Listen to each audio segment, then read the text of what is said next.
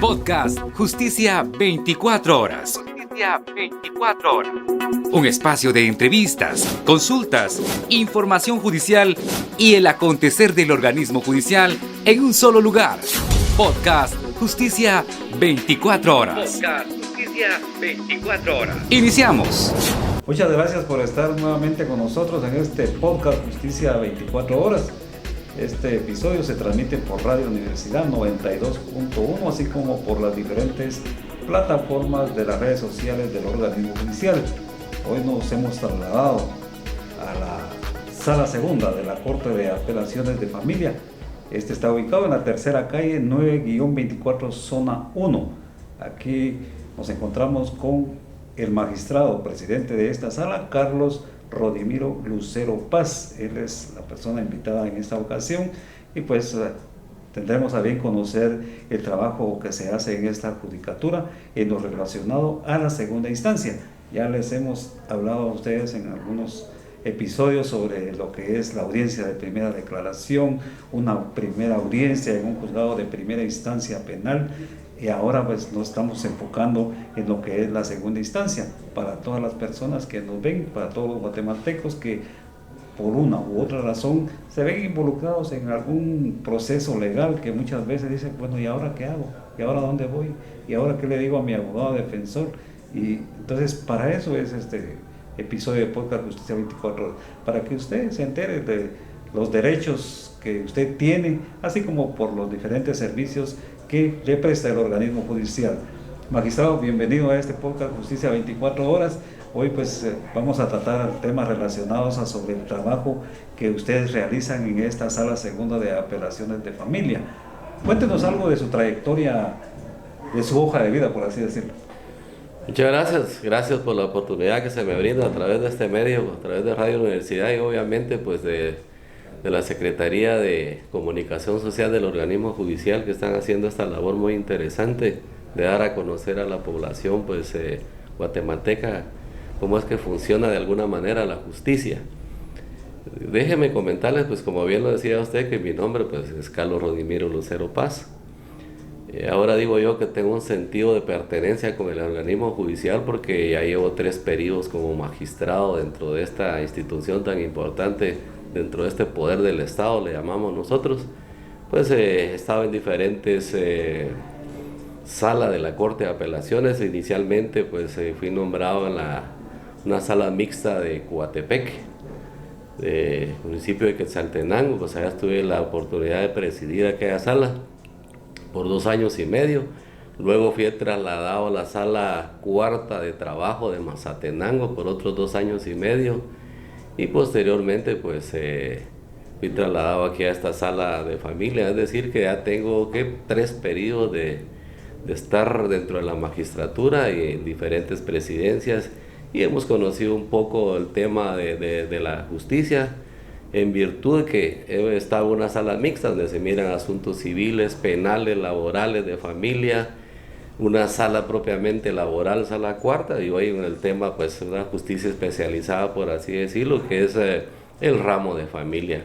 Yo me honro en representar a este digno organismo como magistrado y la verdad que en la procura de hacer las cosas bien, de administrar la justicia pronta y cumplida, pues nosotros también como profesionales del derecho pues también nos procuramos prepararnos profesionalmente.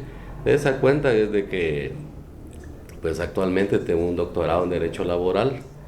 Puede decirse que tengo si no una vasta experiencia, pues al menos conocimiento sobre las distintas materias del derecho que se manejan dentro del organismo judicial, y hoy que esta rama preciosa del derecho de familia, que me apasiona por cierto, ya tengo para cumplir 10 años dentro de esta sala. Y nos hemos preparado también académicamente para, lógicamente, pues conocer la diferente temática que aquí se plantea, de tal manera que hemos sido capacitados también a través de la escuela. Hemos viajado internacionalmente también a cursos de capacitación, siempre en el derecho de familia, lógicamente, pues para abundar o para que las resoluciones pues sean emitidas pues de mejor manera. Muchas gracias, magistrado. Pues para las personas que no lo saben aún, el organismo judicial cuenta con un centro de capacitación, por decir así, el alma mater de los jueces y magistrados, que es la Escuela de Estudios Judiciales, donde se capacita también a los auxiliares judiciales, a todo el personal del organismo judicial. ¿De qué cursos podríamos estar hablando relacionados en su preparación, magistrado? Usted pues que ha estado en diferentes salas se ha dado cuenta, y pues también para el conocimiento público es dentro de las ramas del derecho existen diferentes materias, por así decirlo, ¿verdad? Ahora estamos hablando de la materia penal, civil, laboral, de familia, entre otras.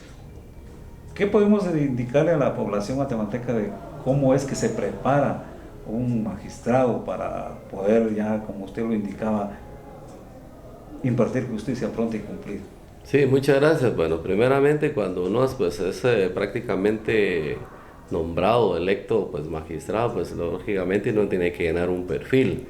Llámese ese perfil, pues es académico, hay calidades y cualidades que establece la Constitución, y ya estando adentro del organismo judicial pues contamos con una escuela de estudios judiciales que por cierto tiene reconocimiento internacional, donde se nos capacita también para que en las diferentes áreas, por ejemplo, el derecho de familia es un derecho especializado, digo yo, donde nos hemos preparado también en cuestiones puramente de derechos del niño, por así decirlo, en cuestiones puramente principios del derecho de familia, resoluciones del derecho de familia, jurisprudencia del derecho de familia, que ha sido la diferente temática, por así decirlo, en la Escuela de Estudios Judiciales, en lo que al tema de familia propiamente respecta.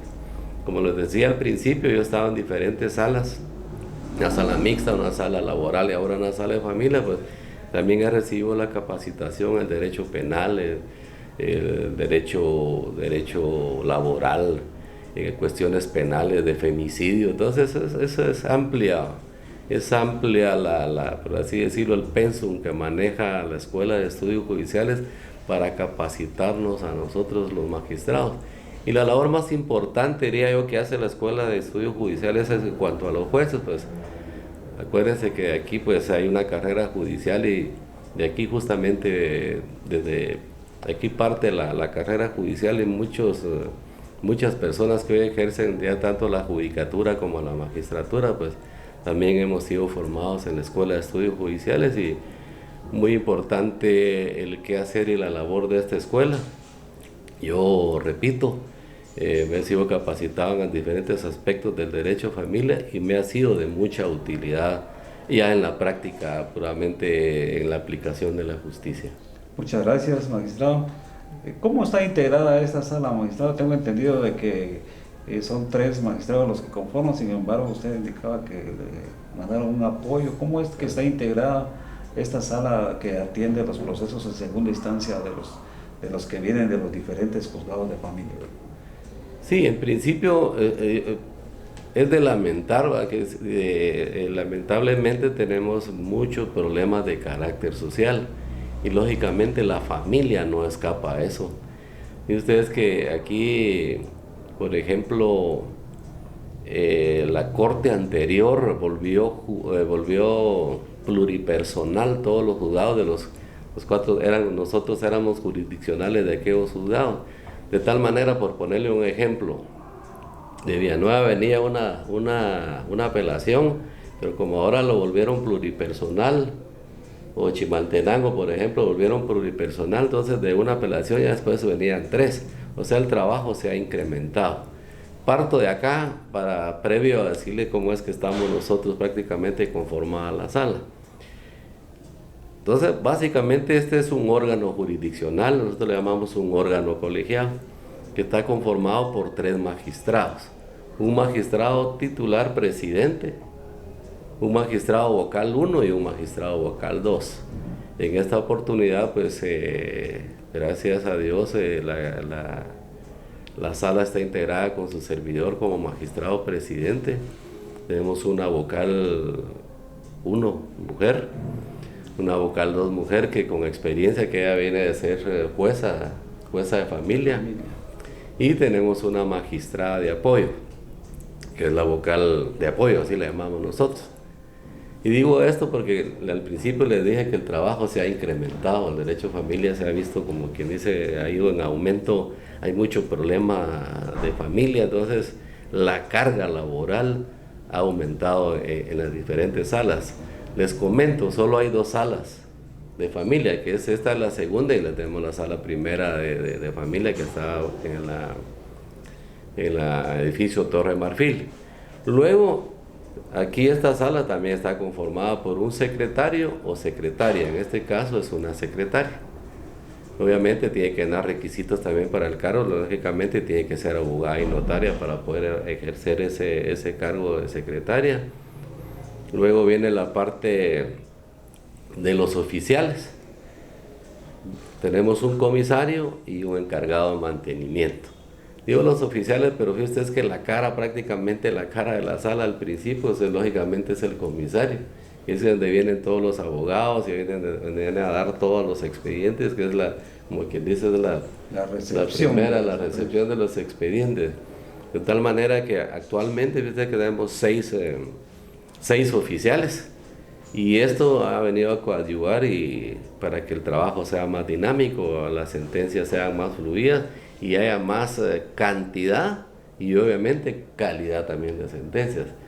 Muchas veces les decía a razón de broma, les decía había que ponerle como una especie de maquila a la justicia, pero por el incremento de trabajo, pero así como estamos actualmente, pues estamos bien organizados, bien conformados. La sala está ahorita, así decirlo, gracias al apoyo de la Cámara Civil, que conste, la Cámara Civil obviamente, pues la Corte Suprema de Justicia que nos ha apoyado, nos puso una magistrada de apoyo. Y precisamente este año nos nombraron un notificador más y un oficial más, ¿verdad? Que estamos bien conformados. Y la dinámica laboral, la dinámica del trabajo, la verdad que se ha visto, ha rendido frutos y frutos positivos. De tal manera que en conclusión ahorita estamos conformando la sala de familia, pues 4 magistrados, 3 titulares, por así decirlo, y un suplente, una secretaria, comisario, 2 notificadores, el resto oficiales 6 y tenemos un encargado de mantenimiento, en otras palabras el conserje, que es el que se encarga de la limpieza. Así estamos conformados actualmente, licenciado. Muchas gracias, magistrado. No se despegue, que vienen temas muy importantes relacionados a las apelaciones que se conocen después de que esas son resueltas por los juzgados de familia. Sin embargo, cuando las personas están en desacuerdo con esas resoluciones, es aquí en este lugar, en la sala primera y la sala segunda de la Corte de Apelaciones de Familia, en donde se definen las inconformidades, por así decirlo, de las partes procesales. Magistrado, ¿de qué procesos podemos hablar que son los más comunes o de los que vienen aquí a esta segunda instancia para poder ser resuelto por ustedes? Bien, fíjese que yo siempre hago la acotación de que aquí nosotros en apelación vemos desde la autorización de un pasaporte para menor hasta un reconocimiento de un hijo. Entonces se manejan diferentes tipos de procesos, cerca de 37 tipos diferentes de procesos en el derecho de familia. Pero básicamente, pues aquí lo más común pues son los divorcios, la separación, el divorcio. Hay órganos especializados, inclusive hay juzgados ya miran en los matrimonios por mutuo acuerdo. Y ahora con la reforma al Código Procesal Civil, pues básicamente todo se volvió oral, o sea que el derecho a familia está fluyendo de tal manera que, como les decía al principio, se ha incrementado un poco la carga porque los procesos son más ágiles. Los procesos más comunes aquí son los divorcios. Puede ser por mutuo acuerdo o divorcios, pues ahí sí que por demanda, pero la importancia de todo esto es de que dentro del divorcio tenemos más o menos aproximadamente 22 causales de divorcio. O sea, cuando alguien plantea un divorcio en primera instancia, pues puede ser por cualquiera de ese tipo de 22 causales, por ejemplo, que tenemos puede ser Puede ser la separación, puede ser el abandono, puede ser la ausencia, puede ser la infidelidad, pueden ser los malos tratos, etcétera. Hay una gama ahí de causales por las cuales se puede invocar el divorcio y por mutuo acuerdo. Llama la atención, ustedes, que aún los divorcios por mutuo acuerdo suben en apelación. Hemos tenido varias apelaciones. Uno diría que en los divorcios por mutuo acuerdo, donde hay bases de divorcio, pues todo está bien, pero han venido en apelaciones aquí incluso. Pero luego tenemos el derecho de gananciales también, declarar los gananciales de algunos, dependiendo el régimen que han escogido las parejas en cuanto al matrimonio. La separación, bueno, sí, el divorcio, puede ser las interdicciones, pero lo más común, lo que estamos hablando hoy en día aquí, lo que más se maneja, pues lógicamente son los divorcios, las separaciones, la paternidad y filiación, que es un juicio muy importante aquí dentro de esta sala. Es el juicio, ahora es un juicio oral de paternidad y filiación. Aquellos casos cuando las madres pues tienen a sus hijos y quieren que el supuesto padre pues les reconozca a sus hijos, son bien comunes aquí entre nosotros. Y obviamente con la reforma, les comento, que tuvo tanto la ley de tribunales de familia como lo tuvo el Código Procesal Civil, ahora todo se volvió oral. Entonces ahora ya no, por ejemplo, los juicios ordinarios que eran antes de divorcio, fíjese usted, ya no hay casación. Entonces hoy todo se va en amparo.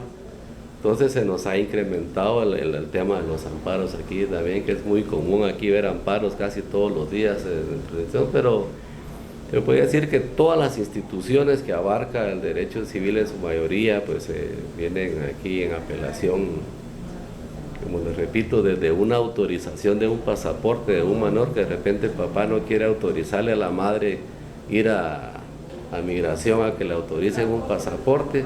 Eso sube en apelación también con nosotros. Yo a veces me pregunto, dice usted, ¿por qué tengo que estar yo autorizando un pasaporte a un menor de edad cuando los padres debiesen de ser los responsables de asumir aquel compromiso? ¿No? Pero es parte de todas maneras del quehacer de la sala y hacia eso nos enfocamos, para que velar lógicamente por el interés superior del niño, que es un principio fundamental en el derecho de familia.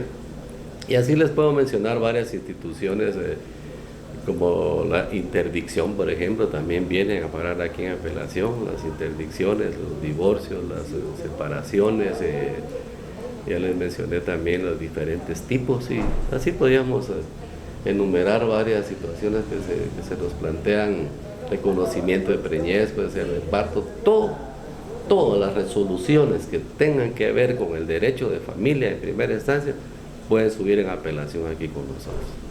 Es una premisa, por así decirlo. Muchas gracias, magistrado. Solo para que las personas que nos escuchan y que nos ven sepan qué es la interdicción, para que usted pueda hacer favor de explicarles a qué se refiere, ya que pues se sabe que es una persona cuando es declarada interdicta, es cuando ya no puede valerse por sí mismo. Pero expliquémosle, magistrado. Sí, aquí lo que sucede es que como el Código Civil, pues lógicamente habla de una capacidad, ¿no? En su artículo 8, si no me equivoco, habla de la capacidad, capacidad, dice: la capacidad para el ejercicio de los derechos civiles se adquiere por la mayoría de edad. Y pues y está la incapacidad también, que habla el artículo 9, pues hay personas que llegadas a cierta edad pues ya no tienen cierta capacidad de razonar. Y como acuérdese que hay negocios, ya muchas veces los mismos parientes deciden declarar interdicto a una persona. Declarar interdicto es decir, declararlo no capaz para ciertas obligaciones, como lo dice el Código Civil, ¿verdad? Entonces, de repente puede ser una demencia senil, algún tema temporal. Entonces, esa incapacidad, a través de un juicio de interdicción, es sometida a un juez de familia de primera instancia para que él decida si se declara incapaz o no a aquella persona. Lógicamente para efectos, porque la capacidad pues conlleva ciertas obligaciones, ¿verdad? Por ejemplo, de repente firmamos un contrato cuando estábamos lúcidos y de repente ya no lo estamos, ¿verdad? Entonces porque tiene, por así decirlo, tiene mucha incidencia jurídica, una incapacidad en un momento dado, para efectos de anular o no ciertas negociaciones jurídicas también. Entonces, básicamente, declarar incapaz a alguien, decir declarar que no es capaz para ejercer, ahí sí, derechos y obligaciones, diría yo, resumiéndolo.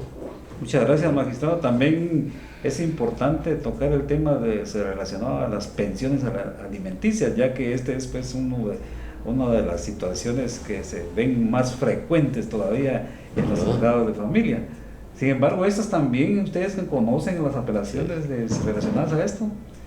Sí, excelente, es el tema, ese diría que es el tema medular, no lo quise tocar de ahí como parte de la labor nuestra porque es el tema, ese es el pan nuestro de cada día aquí dentro de la sala, las famosas pensiones alimenticias.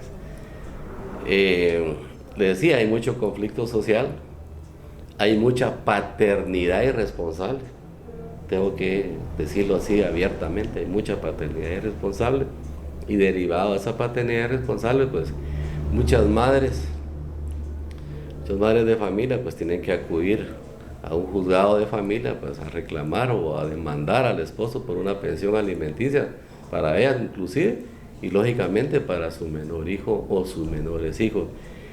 Con ese tipo de procesos lidiamos todos los días aquí en la sala, es decir, yo diría que en un 70-80%, hablando estadísticamente, la mayoría de apelaciones son por pensiones alimenticias, ya sea propiamente por solicitar una pensión, o puede ser por rebaja y puede ser por aumento también, que se dan las diferentes apelaciones.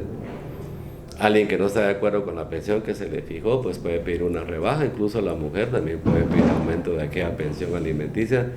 Pero muy importante el tema porque sí ve que estadísticamente es lo que más se maneja aquí dentro de la sala.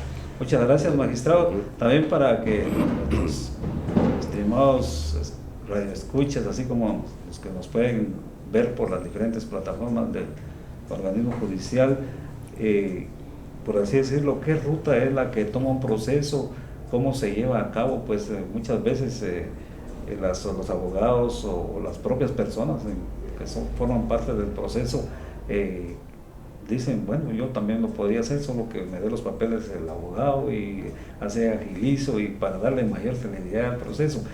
¿Cuáles las etapas, por así decirlo, del proceso? Mira, aquí pueden venir los abogados de las partes o pueden venir las partes propiamente dichas a hacer el trámite correspondiente. Aquí ingresan los expedientes, hay una hoja de alzada, se le llama.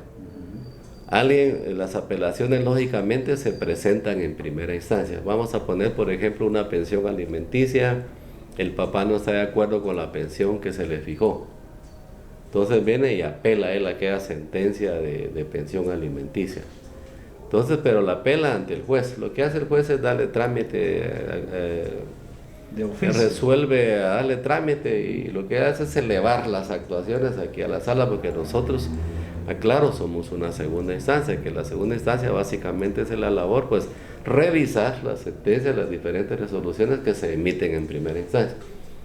Acuérdense que por derecho por constitución solo hay dos instancias, que es la primera de los juzgados de primera instancia y lógicamente pues la sala de la Corte de Apelaciones.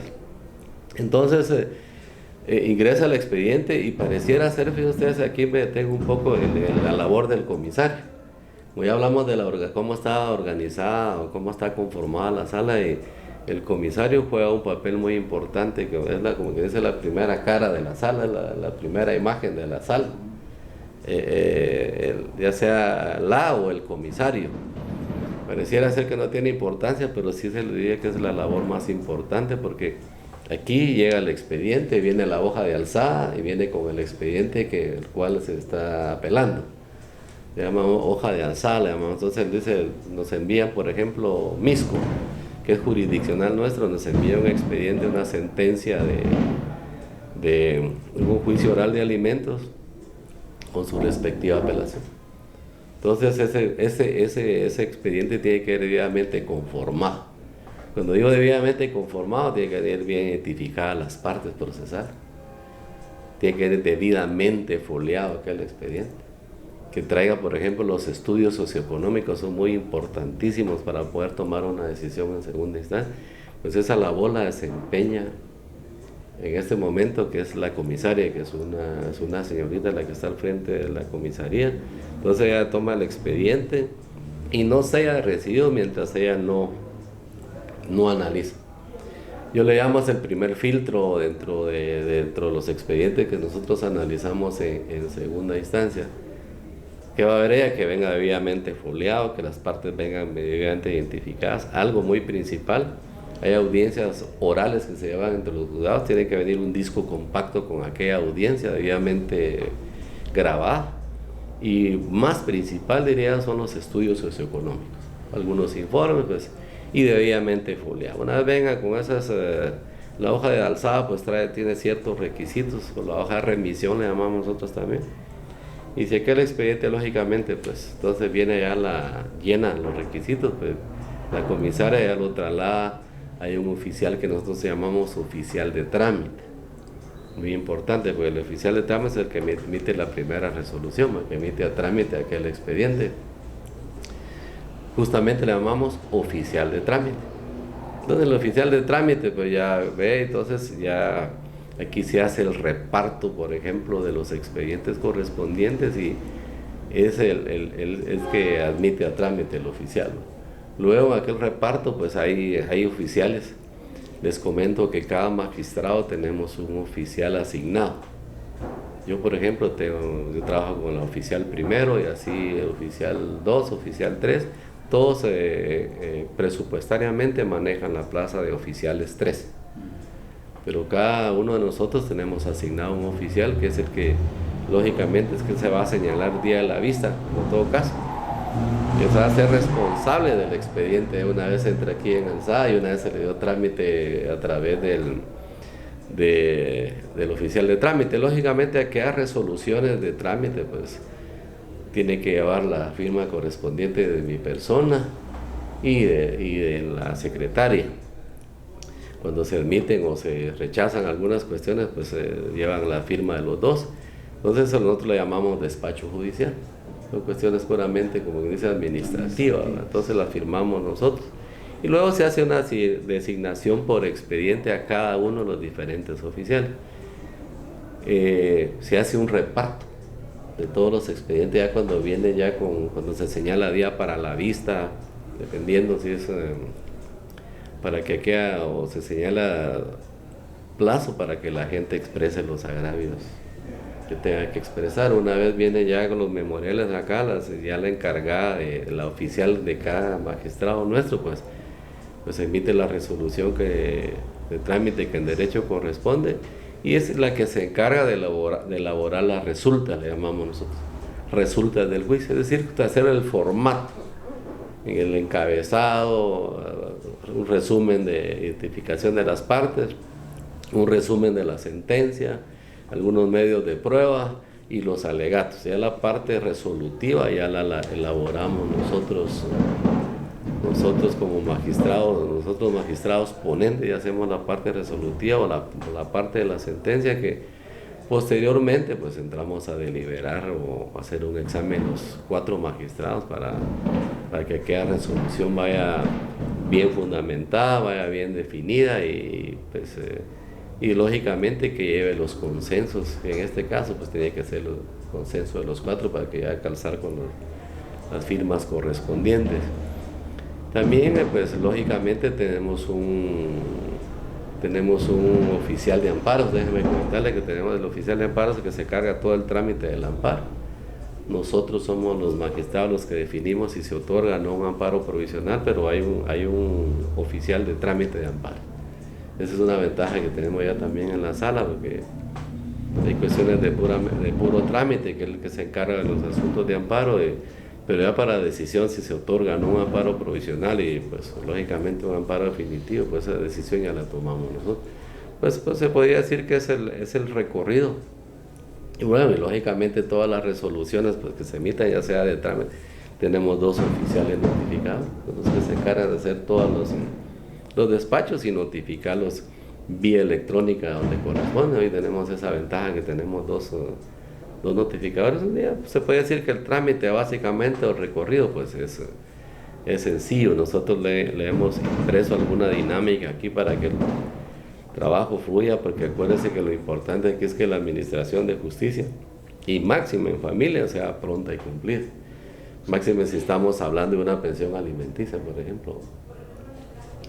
No puede esperar mucho a que haga pensión, pues ese es el trámite cuando los procesos vienen en apelación con nosotros o en alzada, como también se le denomina, y ese el recorrido que al final, pues, repito, comisario, que prácticamente es el primer filtro, luego el oficial de trámite, que puede ser que es un segundo filtro, pero ya más somero.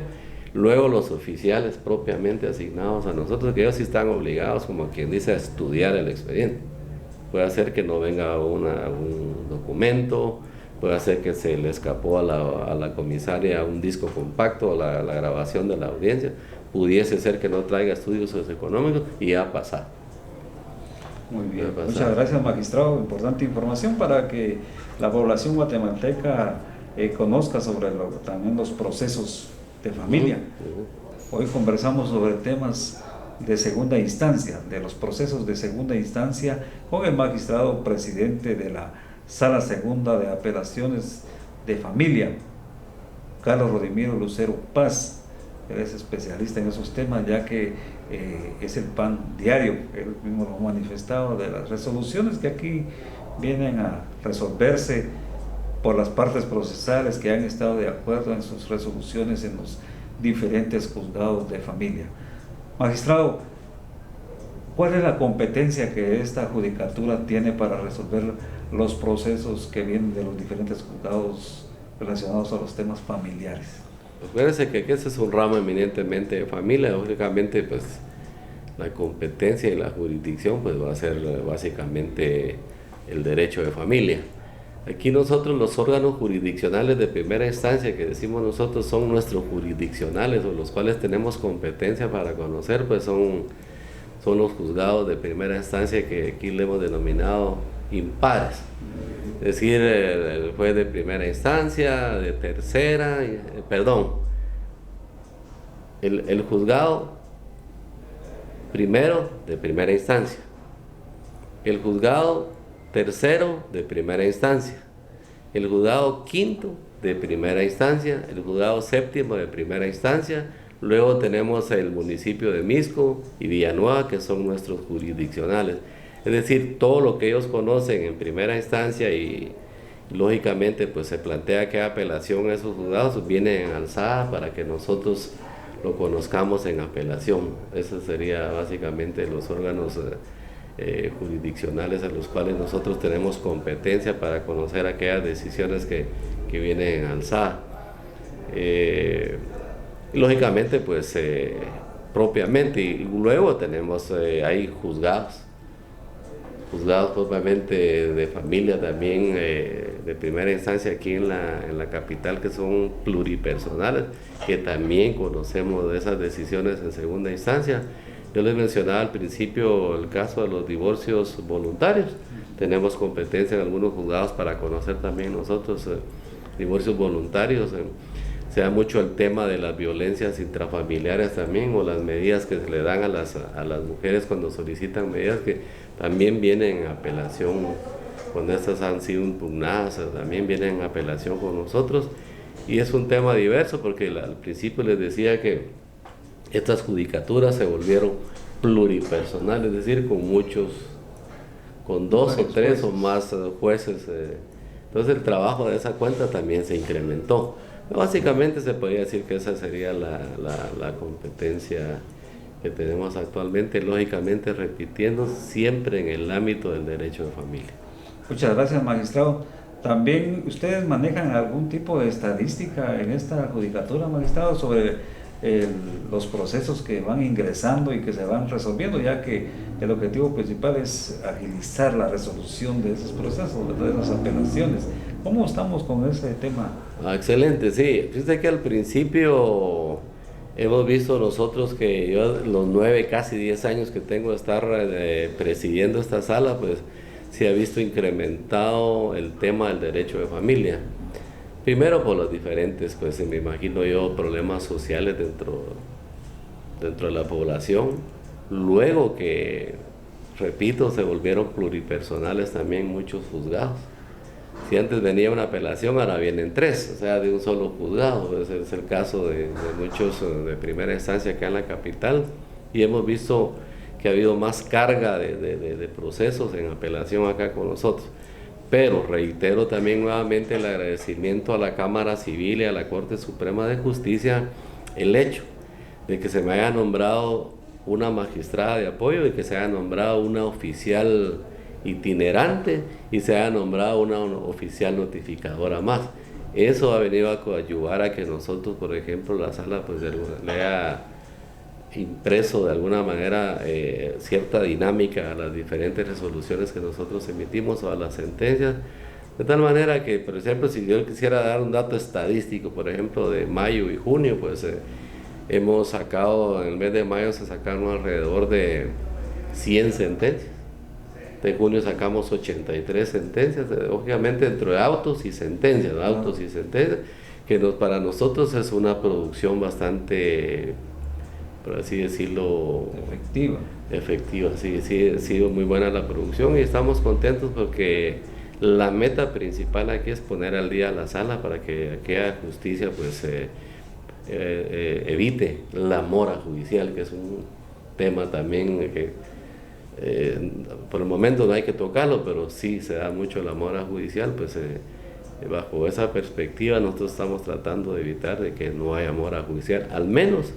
en este órgano jurisdiccional que actualmente yo estoy dirigiendo, y lo estamos logrando. Es poca decir que expedientes que ingresan, pues les damos el trámite que corresponde y tratamos de emitir la resolución cumpliendo con los plazos que la ley nos da. O sea, no sin retrasar o retardar a aquella administración de justicia, porque acuérdense que estamos hablando del derecho a familia, y reitero, pues la tardanza, pues puede haber un problema de una pensión alimenticia, un juicio ejecutivo de una pensión alimenticia, por ejemplo, que no se ha pagado. Como decimos nosotros, está bien, va, y nosotros, imagínense, retrasamos una apelación 2, 3, 4 meses, ¿qué comen los niños? Decimos nosotros, ¿va? Entonces es un retraso para la administración de justicia y lógicamente para la población vulnerable, que en este caso que son los menores de edad. Pues, básicamente yo creo que estadísticamente hemos mejorado. Entre estos 2 meses pues se ha visto la producción, pues yo no sé cómo trabajarán los demás colegas, pero ya hablar de 100 sentencias en un mes que incluyen autos y sentencias, por ejemplo, estoy hablando de 52 autos y 48 sentencias solo en el mes de mayo. El mes de junio similar, ahí se emitieron 83 sentencias, estábamos hablando de autos son 47 y sentencias 36. Es una estadística alentadora, diría yo, que nos compromete a seguir ayudándome a meterle más dinámica a los procesos y poner al día la sala. Lógicamente, pues eso no significa que estemos atrasados tampoco, pero siempre hay algún margen ahí pues que se maneja de atraso, pero esa es la dinámica que se le está implementando ahorita a los procesos y que la sala esté al día. Eso sería. Muchas gracias, señor magistrado. También se ha hablado en algunas ocasiones que la mora judicial también tiene que ver con los planteamientos de los diferentes recursos legales que presentan las partes procesales, ¿verdad? Porque para nadie es un secreto que en un proceso se puede tardar porque presentan una cantidad de recursos, ¿verdad?, para tardar así el proceso. Sin embargo, pues el organismo judicial ha tratado y luchado siempre para que disminuya al máximo esa famosa mora judicial. Sí, ese es muy buen punto. Mire, aquí no se trata de echarle solo la culpa al organismo judicial, porque seamos realistas. Yo pues les digo, ya 10 años de estar prácticamente aquí presidiendo esta sala, uno mira de todo dentro de los procesos. A manera de ejemplo les comento, aquí tuvimos una pensión alimenticia que duró 7 años, un juicio en primera instancia. Pero ese retraso o esa mora no es atribuible a los tribunales, pues ni a nosotros. Como bien lo manifestaba usted, esa mora o ese retraso es atribuible al litigio malicioso, diría yo. Tuvimos un caso aquí, ese es un ejemplo. Otro ejemplo es de un abogado, por ejemplo, que prácticamente recusó a todos los oficiales, recusó al secretario y a todos se les dio trámite, imagínense, mientras el proceso está entrampado. Entonces sí, seamos muy cuidadosos cuando se habla de mora judicial, pues de no cargar solo la culpa solo del organismo judicial, pues porque hay muchas aristas, hay muchas incidencias dentro de los procesos que eso no permite que avancen los procesos. Aquí hemos tenido apelaciones, mire que tenemos 3 años, se llevó 3 años el proceso, todavía está en apelación, pero cuando usted ve que todo desde que empezó, devolución de cédula, ¿ya? Y hay que darle el trámite a la devolución de cédula, después se declara sin lugar la devolución de cédula, después plantean una nulidad, después miren, hasta el amparo llegan muchas veces, mientras tanto el proceso detenido, 1, 2, 3 años y aún sin siquiera abrir a prueba, o sea, entonces es delicado. O sea, es decir, no nos echemos la culpa solo, o no nos echen la culpa solo a nosotros, porque es el sistema, así es, porque de repente nosotros hay un principio, lógicamente en la ley del organismo judicial, y yo siempre lo pongo en mis resoluciones, cuando yo advierto aquella malicia, aquella situación dilatoria, miren por favor, litiguemos bajo el principio de la buena fe. Artículo 7 de la ley del organismo judicial, litiguemos bajo el principio de la buena fe, y si todos litigáramos bajo ese principio de la buena fe y todos resolviéramos bajo ese principio, no habría ningún problema. Entonces la mora judicial, pues no vamos a buscar culpables, pero hay que ser cuidadosos cuando se habla del tema también, ¿no? Muchas gracias, magistrado. Sí, es importante darle a conocer a la población, ya que como usted también lo indicaba, que a veces no es de que se tarden tanto, sino las partes procesales plantean diferentes acciones legales, ¿verdad? Entonces eso obviamente pues obliga a detener un tanto el proceso. Magistrado, también pues qué llamado le podríamos hacer a las personas que nos escuchan y que nos ven por las diferentes plataformas de las redes sociales sobre estos problemas sociales, como bien usted lo indicaba, ya que la familia pues es la base de un Estado, ¿verdad? Porque de ahí sí que todo inicia en nuestros hogares, ¿verdad? Si en nuestro hogar está mal, obviamente las personas van a salir a las relaciones sociales malas, ¿verdad? Entonces, ¿qué mensaje le podríamos dar a la población para que se evite al máximo, ¿verdad? Que cada uno de nosotros seamos responsables en nuestras obligaciones familiares.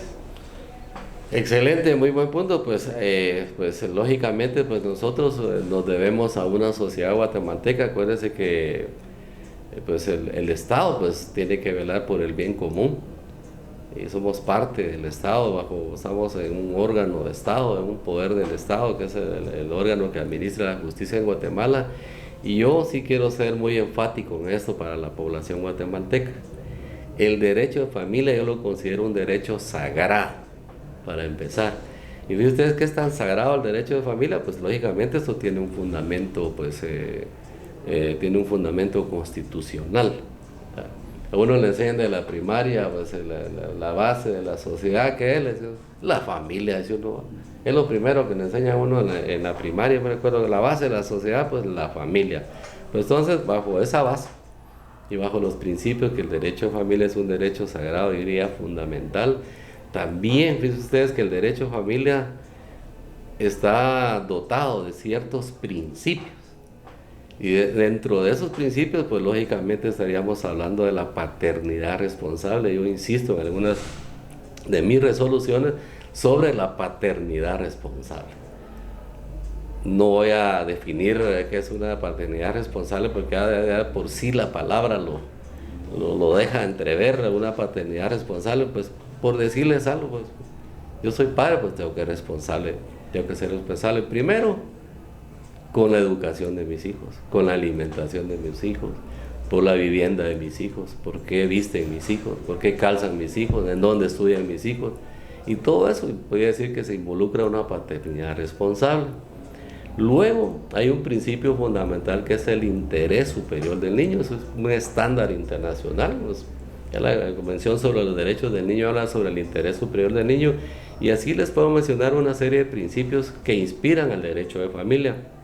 Entonces, la sociedad guatemalteca últimamente, en los últimos años, no sé, porque yo vengo de una familia, por así decirlo, tal vez de principios que inculcados, entonces yo trato de procurar de inspirar una paternidad responsable. ¿Cuál es el mensaje? Mire, si tenemos hijos, pues procuremos en la medida de lo posible ser responsables con aquellos hijos. Los hijos no tienen la culpa de los problemas de los adultos, de los padres con los hijos.